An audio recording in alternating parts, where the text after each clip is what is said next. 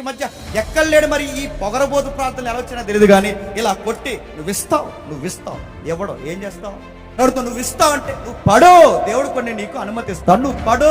వ్యాధస్తే దేవుడు నమ్మవా? శ్రమ వస్తే దేవుడు నమ్మవా? అనుకున్న ఉద్యోగం రాకపోతే నమ్మవా? నీకు పిల్లలు పుట్టకపోతే నమ్మవా? నీకు అనుకున్న సంతానం కలిసి రాకపోతే నమ్మవా? నీ సంసారం నీకు సమాధానంగా లేకపోతే నమ్మవా? కలిసి వస్తే నమ్ముతావా? బయటోళ్ళు ఆపద మొక్కుల దేవుళ్ళని నమ్ముతున్నారు. ఈ దేవుని కూడా ఆపద మొక్కుల దేవుడిని చేసావా?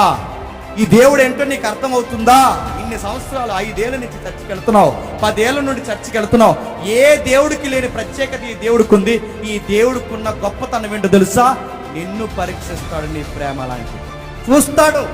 ఆయన కాదని ఎవరికి పెద్ద పెట్టేసినా, ఆయన కాదని దేనికి పెద్ద పెట్టేసినా, చివరికి నీ హెల్త్ స్కేల్కి పెద్ద పెట్టేసినా, నీ యొక్క సెల్ఫ్ రెస్పెక్ట్కు నువ్వు పెద్ద పెట్టేసినా ఆయన ఒప్పుకోడు.